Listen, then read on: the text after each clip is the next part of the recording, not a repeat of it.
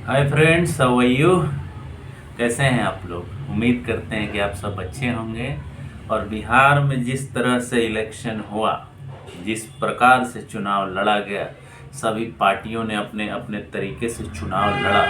और उसके बाद 14 नवंबर को जो रिजल्ट हुआ, दो चरणों के चुनाव के बाद, आप जैसा कि जानते हैं, पहला चुनाव 6 नवंबर को हुआ 121 सीटों पर, और रिमेनिंग सीटों पर 11 नवंबर को चुनाव हुए और 14 नवंबर को उसका रिजल्ट आया।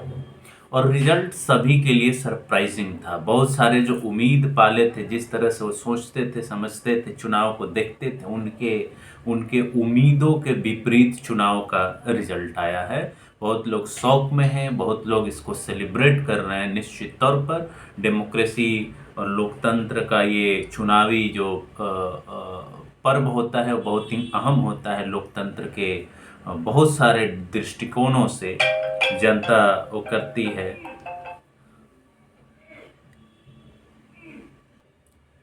तो दोस्तों, उसमें आपने क्या देखा, क्या नहीं देखा। उम्मीद करते हैं कि आपने देखा होगा। जो डेटा आ रहे हैं वो बड़ा ही इम्पोर्टेंट डेटा है। हम अपने चैनल पर जब डिस्कशन करते थे तो कांग्रेस पार्टी के बारे में खूब चर्चा होती थी। तो कुछ लोग कहते थे कि कांग्रेस को आप इतना एनालाइज क्यों करते हैं, क्यों टारगेट करते हैं। इसलिए नहीं टारगेट करते हैं कि हमें उससे दुश्मनी है, उस पार्टी से दुश्मनी है, या उस पार्टी से हमारा विरोध है उस रूप में।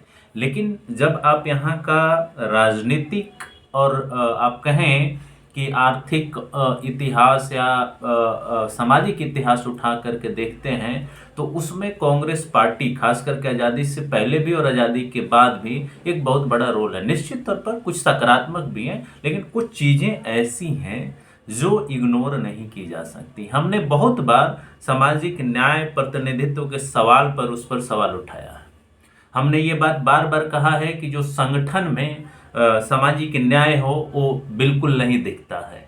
नेता और नेतृत्व किसी और के हाथ में है, लेकिन उन्हें वोट किसी और का चाहिए। हमने बार बार ये डिस्कशन किया है कि कोलिजन ऑफ एक्सट्रीम्स क्या होता है, जो पॉल ब्रास ने कहा था कि शुरुआती दौर में किस तरह से कांग्रेस पार्टी और कांग्रेस की सरकारें, जो क्रिस्टोफर जेफरलोट कहते हैं, किस तरह से ये कुछ सिलेक्टेड कंजर्वेटिव माइंडेड लीडरशिप के हाथ में रहा, जबकि वोटिंग राइट मासेज के पास थे। उन्होंने वोट किया, लेकिन लीडरशिप उनके हाथ में हमेशा बना रहा। आप एक डेटा मैं आपसे शेयर करता हूं। ये इंडियन एक्सप्रेस में हुआ है, पब्लिश हुआ है। एक आर्टिकल में ये डेटा दिया हुआ है। और कांग्रेस पार्टी इस देश की सबसे ओल्डेस्ट पॉलिटिकल पार्टी है, एंड दैट्स व्हाई मैं उसके बारे में डिस्कस कर रहा हूं। और कांग्रेस पार्टी से शुरू करते हुए बाकी पार्टियों का क्या परफॉर्मेंस रहा है, कैसे रहा है, क्यों रहा है, उन सब पर धीरे धीरे हम चर्चा करेंगे। तो सबसे पहले आप सोचिए, जो बात मैं बार बार कहता हूं कि संगठन के अंदर कांग्रेस पार्टी के आज भी सामाजिक न्याय परिलक्षित नहीं होता। हम बार बार ये कहते हैं कि सामाजिक न्याय किसमें, प्रतिनिधित्व का सवाल किसमें, संगठन के अंदर। और सामाजिक न्याय का दूसरा दायरा कहाँ है, जो इंस्टीट्यूशंस है, जो रिसोर्सेज हैं, जो नौकरियां हैं, उसमें। आज राहुल गांधी संविधान उठा करके छोटा सा चलते हैं और बोलते हैं कि रिजर्वेशन इस देश में खत्म किया जा रहा है, हमें मोदी सरकार के खिलाफ लड़ना है, आरएसएस के खिलाफ लड़ना है। That's not incorrect. बिल्कुल ये होना चाहिए। अगर आप आज जागे हैं, लेकिन आपका प्रीवियस रिकॉर्ड और अभी का भी रिकॉर्ड उठा करके देखा जाएगा, और उसमें क्या प्रमाणित होता है, उससे यह प्रमाणित होता है। और कैसे प्रमाणित होता है, इसका डेटा है। आप देखिए कांग्रेस पार्टी का टिकट डिस्ट्रीब्यूशन का हाल। कितना कैंडिडेट दिया गया था कांग्रेस पार्टी के द्वारा, लगभग 61 कैंडिडेट दिए गए थे। और ये डेटा है दोस्तों, ये डेटा मैं आपके साथ शेयर करना चाहूंगा। देखिए इसमें वो डेटा है, मैं आपको बताऊंगा, क्लियरली ये बताऊंगा आपको कि 61 सीट्स पर कांग्रेस पार्टी ने चुनाव लड़ा। और उस चुनाव में 22 कैंडिडेट जो थे, ये कैंडिडेट वो कैंडिडेट हैं जो जिन्होंने चुनाव लड़ा है। और उसके बाद हम आपको बताएंगे कि कितने लोग जीते हैं। 22 कैंडिडेट अपर कास्ट से थे, 12 कैंडिडेट जो थे वो ओबीसी से थे। और उसमें भी, उस ओबीसी में भी सबसे अधिक यादव थे। ये भी नोट करने की जरूरत है। अपर कास्ट के 22 में क्या क्या थे, 8 लोग, 8 भूमिहार थे, 8 ब्राह्मण थे, रेस्ट जो है राजपूत और कायस्थ थे, ठीक है। ईबीसी से 5 सीट, 5 लोग कंटेस्ट किए थे। एससी से शेड्यूल कास्ट जिनके प्रदेश अध्यक्ष इसी कम्युनिटी से बिलोंग करते हैं 11 सीट। एसटी 1 लड़े थे, मुस्लिम 10 लड़े थे। तो ये टोटल मिलाकर के 61 सीटों पर भारतीय राष्ट्रीय कांग्रेस ने चुनाव लड़ा था। इस 61 में 22 सीट अपर कास्ट को दिया गया था। अब आप परसेंटेज भी मिला सकते हैं, निश्चित तौर पर ये 50 मोर देन 50 नहीं जा रहा है, लेकिन 22 सीट अगर उनको आप दिए हैं और ओबीसी में किसी एक पार्टिकुलर कास्ट को केवल टारगेट करके आपने दिया है, ओबीसी में 12 और 12 में मोस्टली किसको, यादव कम्युनिटी को। अपर कास्ट में 22 सीट, तो मतलब अगर एग्रीगेट मान करके चलें, जो वहां कास्ट सर्वे हुआ, जो पॉपुलेशन का प्रोपोर्शन देखें, तो इस प्रोपोर्शन में कहां ये सटीक बैठता है। अगर हम बात करें 36% वहां पर ईबीसी है, आपने 36% ईबीसी को टिकट दिया क्या? मोर देन 50% ओवरऑल मिला दीजिए तो मतलब एससी एसटी ओबीसी ये सब मिला करके हैं। निश्चित तौर पर वो चीज 12 5 17 ये मिला लीजिए, 11 और मिला लीजिए, तो ये मिला करके आपका लगभग 50% तो चला जाता है, ये मिला करके चला जाता है। लेकिन सवाल ये है कि अगर आपने 22 अपर कास्ट को टिकट दिया और ओबीसी में किसी खास कम्युनिटी को सबसे ज्यादा टिकट दिया और बाकी मान लीजिए कि 10 मुस्लिम को दिया, तो ये देने का पैरामीटर क्या है आपका? हम बार बार ये आपके आपके साथ डिस्कशन में कहते हैं कि कांग्रेस पार्टी का अपना वोट बैंक नहीं है, अपना आधार नहीं है। जिस अपर कास्ट को इतना उस टिकट देती है वो असल में भाजपा के सपोर्टर्स हैं, वो भाजपा को वोट देते हैं। ये मंडल और कमंडल की राजनीति के बाद जो पूरा अपर कास्ट था वो भाजपा का कोर वोट बैंक है, ना कि आपका वोट बैंक। लेकिन इनको वोट किसका चाहिए? इनको वोट चाहिए आरजेडी के कोर वोटर्स का। बाकी जो जातियां ईबीसी में, ओबीसी में, एससी में, एसटी है, उनका इनको वोट चाहिए, लेकिन सीट ये सबसे अधिक कंटेस्ट करेंगे। संगठन की स्थिति देख लीजिए, सिंबॉलिक तौर पर एक दलित को ये प्रदेश अध्यक्ष बनाएंगे, लेकिन सारा कंट्रोल स्ट्रक्चर नेता प्रतिपक्ष से लेकर के सारे स्ट्रक्चर में बड़े बड़े पदों पर इन्हीं के लोग भरे जाते हैं। इससे क्या पता चलता है? और अब देखिए मजेदार बात कि इन सीटों का जो डिस्ट्रीब्यूशन था उसमें जीता कौन? दोस्तों ये सुन करके और जान करके आपका दिमाग चकराने लगेगा कि ये अपर कास्ट को 22 सीट दिए थे और 22 सीट में एक भी चुनाव नहीं जीते लोग। इस 22 अपर कास्ट में एक भी चुनाव इन लोगों ने नहीं जीता, और जो जीतने का और हारने का मार्जिन है वो भी बहुत ही जबरदस्त मार्जिन है। उसको भी उठा करके देखिएगा कि ये ऐसा क्यों हुआ। ऐसा इसलिए आप कह सकते हैं, कारण दे सकते हैं, क्योंकि अपर कास्ट वोट अब कांग्रेस पार्टी के अपर कास्ट वोट को कैंडिडेट्स को सपोर्ट नहीं करता। ये बात समझने की बात है। ओबीसी में दोस्तों देख लीजिए 12 सीट ओबीसी में दिया गया और उसमें भी सबसे अधिक ओबीसी में यादव को दिया गया। ये भी एक बहुत बड़ी प्रॉब्लम है कांग्रेस पार्टी के साथ कि ओबीसी में भी किसी खास जाति के वर्चस्व को ये बढ़ाती है। और 12 दिए, उस 12 में जितने यादव कैंडिडेट थे उसमें से एक भी नहीं जीता है।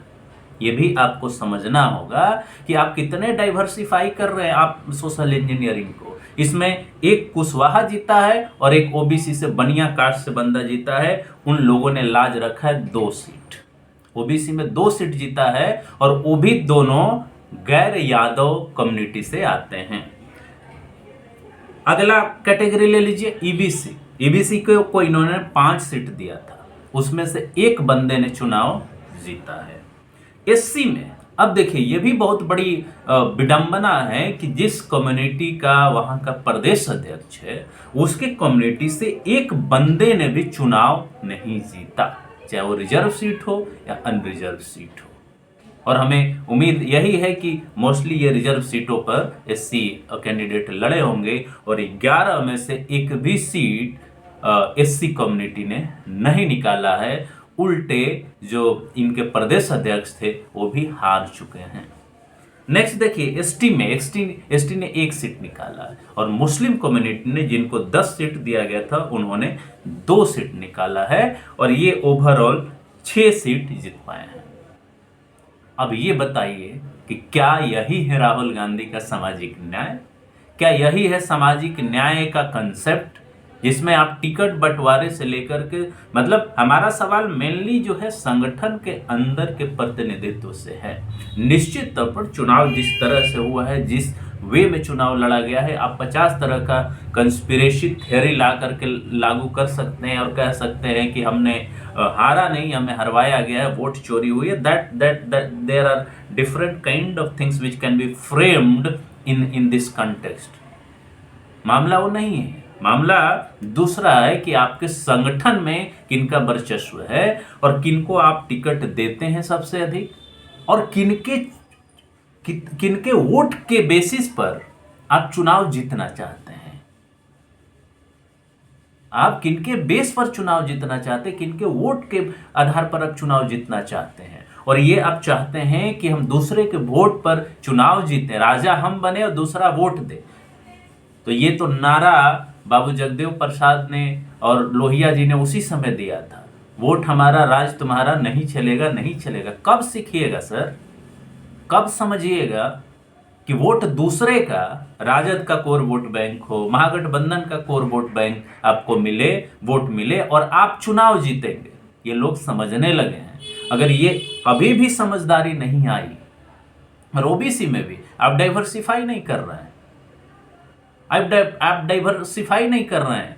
कास्ट सर्वे हो गया, उस पर आपने खूब चर्चा किया, राष्ट्रीय स्तर पर कास्ट सेंसस की बात आप कर रहे हैं, लेकिन प्रतिनिधित्व का जहां सवाल उठ रहा है कि वोट तो ट्रांसफर करा नहीं पाते अपर कास्ट। ओबीसी में भी एक खास कम्युनिटी को केवल आपने सबसे ज्यादा प्रोमिनेंटली जगह दिया, लेकिन एक भी सीट वो लोग निकाल नहीं पाए। ये क्या बताता है? ये बताता है कि अभी भी संगठन जो आपकी सांगठनिक ढांचा है, उसमें सामाजिक न्याय और प्रतिनिधित्व का सवाल आज भी बना हुआ है। और लोग सवाल उठा रहे हैं कि भाई आखिर ये नतीजा क्यों आ रहा है इस तरह का। इसलिए क्योंकि आप अपने संरचना और संगठन में बदलाव नहीं करना चाहते। वही कुलीनतावाद और स्वर्ण वर्चस्व आज भी आपके संगठन में बरकरार है, जिसकी वजह से वोट ट्रांसफर नहीं हो रहा। और भी वजहें हो सकती हैं, और भी वजह हो सकती हैं, लेकिन मेरा कंटिन्यूअस ये सवाल कांग्रेस पार्टी से रहा है कि आपका जो सामाजिक न्याय का क्रेडिट है शुरू से लेकर के अंत तक, उस सवाल के दायरे में है। और ये रिजल्ट फिर बता रहा है कि आप सामाजिक न्याय के जो सिद्धांत हैं उस पर खरे नहीं उतरते। जब ये कह रहे हैं हम, तो इसका मतलब ये है कि संगठन में और सत्ता में, संगठन में, टिकट डिस्ट्रीब्यूशन में या चुनावी राजनीति में, ये दोनों में परिलक्षित होना चाहिए कि हम सामाजिक न्याय सुनिश्चित करते हैं, हम सामाजिक न्याय का सपोर्ट करते हैं। लेकिन वो दिखता नहीं है सर। आप कोलिजन ऑफ एक्सट्रीम बस फॉर्म कर रहे हैं कि अपर कास्ट और दलित को एक साथ मिला दें, माइनॉरिटी को मिला दें और हम सारा चुनाव जीत लें। वो समय नहीं रहा है। और बिहार में तो बिहार में खास करके नीतीश कुमार को अगर आप देखेंगे और नीतीश कुमार की राजनीति को देखेंगे, जिस तरह से उन्होंने अपना कंस्टिट्यूएंसी क्रिएट किया है, उसके काउंटर में अगर आपको राजनीति करनी है तो संगठन और सत्ता दोनों में प्रतिनिधित्व सुनिश्चित करना होगा। एक तरफ आप चाहते हैं कि सत्ता हमारी बनी रहे और वोट दूसरे का, तो ये अब बिहार में नहीं चलने वाला। और हम उम्मीद करते हैं कि कांग्रेस पार्टी आने वाले समय में ये तय करेगी, ये देखेगी, ये एनालाइज करेगी कि हमने किसको टिकट दिया, कौन जीता है, कौन हारा है, किनका सबसे ज्यादा प्रतिनिधित्व हमने दिया टिकट डिस्ट्रीब्यूशन में, और जीता किसने, कौन आपका लाज बचाया है इस चुनाव में। ये सारी चीजों को आपको समझना होगा, तब शायद कांग्रेस पार्टी ये दावा कर पाए। केवल संविधान हाथ में उठाने से नहीं होता है कि हम सामाजिक न्याय सुनिश्चित कर रहे हैं। सामाजिक न्याय सुनिश्चित करने के लिए कथनी और करनी दोनों में समानता होनी चाहिए। कथनी तो बड़ी बड़ी और करनी आपकी बिल्कुल ही उल्टा है।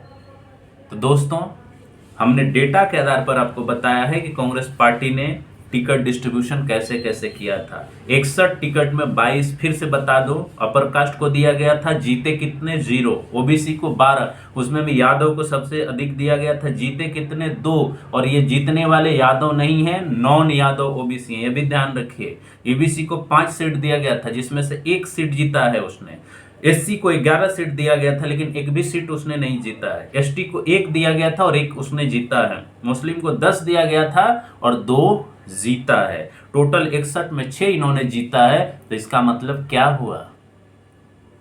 इसका मतलब साफ साफ ये हुआ कि आपने अपने टिकट डिस्ट्रीब्यूशन में सबसे अधिक जो कोलिजन ऑफ एक्सट्रीम को वैल्यू किया, लेकिन इज्जत बचाने वाले सारे बहुजन है। सत्ता आप अभी भी चाह रहे हैं कि सवर्णों के हाथ में हो, डोमिनेंट वर्चस्ववादी शक्तियों के हाथ में हो और वोट दूसरे हमको करें। तो ये होने वाला नहीं है शायद आने वाले दिनों में, कि वो नारों से काम नहीं चलेगा। उस नारों का, जो हमने कथनी और करनी की बात कही, कथनी और करनी दोनों बराबर होनी चाहिए, तब कोई आप पर विश्वास करेगा।